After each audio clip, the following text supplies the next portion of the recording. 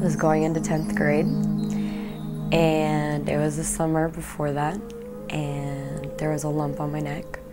And, you know, kids at that age, they're like, oh my God, we gotta check out every single body part. Like, you know, you wanna wear the halter tops for girls. So I just found this node and it was very uncomfortable. So we went into the doctors and they said, well, we're gonna, you know, take a biopsy and take it out and see. Well, got a call from my doctor and they were like, we really need you to come in.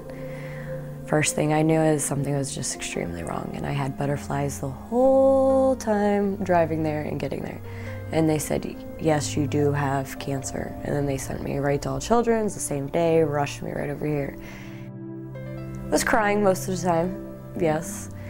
And just sent me here and they said, you have Hodgkin's lymphoma, which was like 1B, it was very low, thank God. Did like 3 rounds of chemo, did 28 days of radiation. That went perfect. It was easy.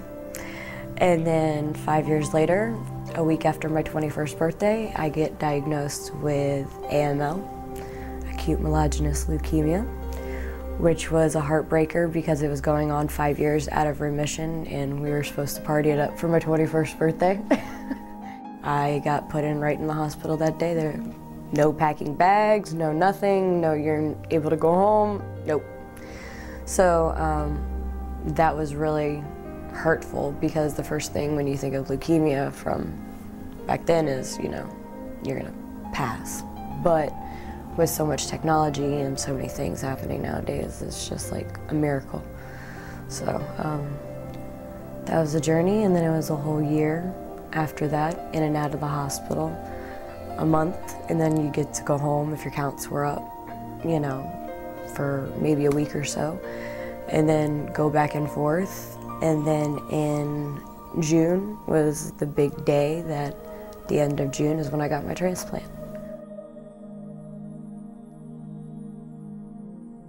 It can definitely bring you down big time, and it will definitely hurt you and your family, and it will be a big journey for both of parents and you.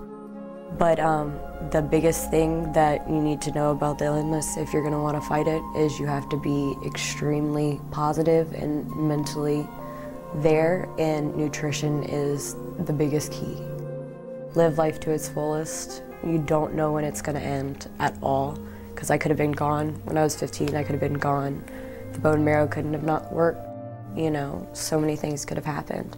So now me and my friends just joke that I'm like a cat, I have 9 lives.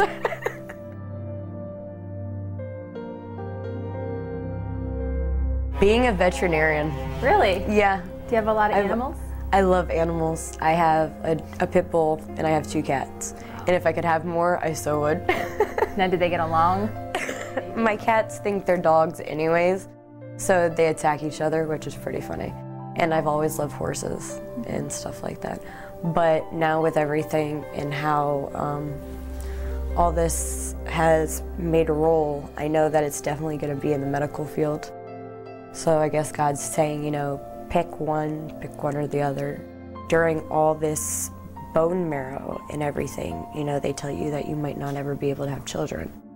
So I went through all the IVF, I went through all the treatments that people have to do if, you know, they can't have kids.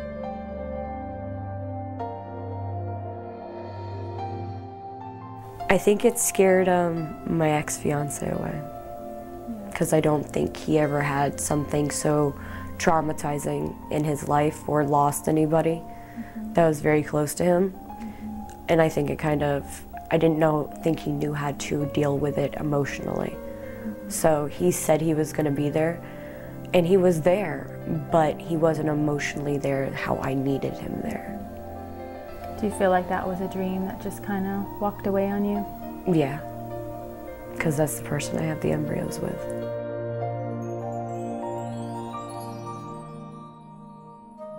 I'm most likely 100% into my care. If it wasn't me, it'd be my mom, because she is my #1 advocate.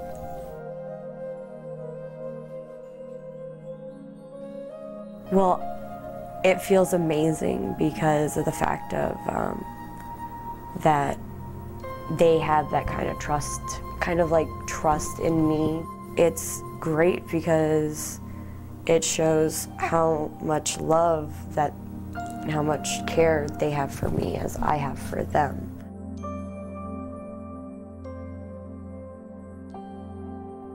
Oh, she's my best friend in every way, my role model.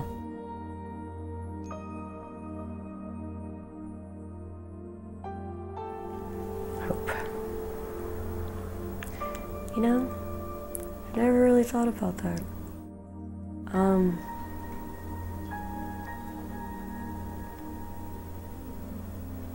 It's just like a wish. Keep on hoping, keep striving for what you want, I guess.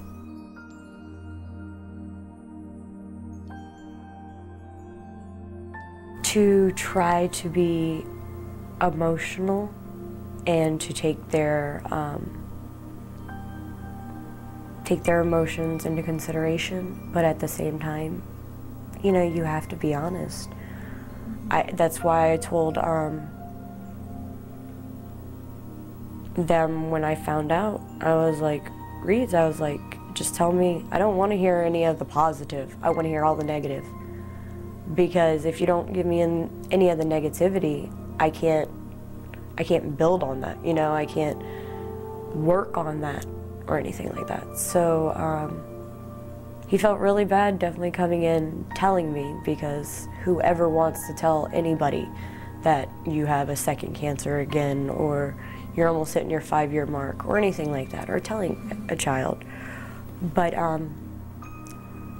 I would really take it and be very emotional and sensitive about it, but I would tell them I want to be honest with you, because honesty is key in everything. I don't want you to go to somebody else and then somebody tell you something different, that I lied to you. I'm your physician, I want you to believe in me. Doctors need to be more open and speak more about the symptoms and stuff like that, one-on-one with the patient's parents and the patients, as well as the parents need to be an advocate and ask questions. Ask as many questions that come to your mind.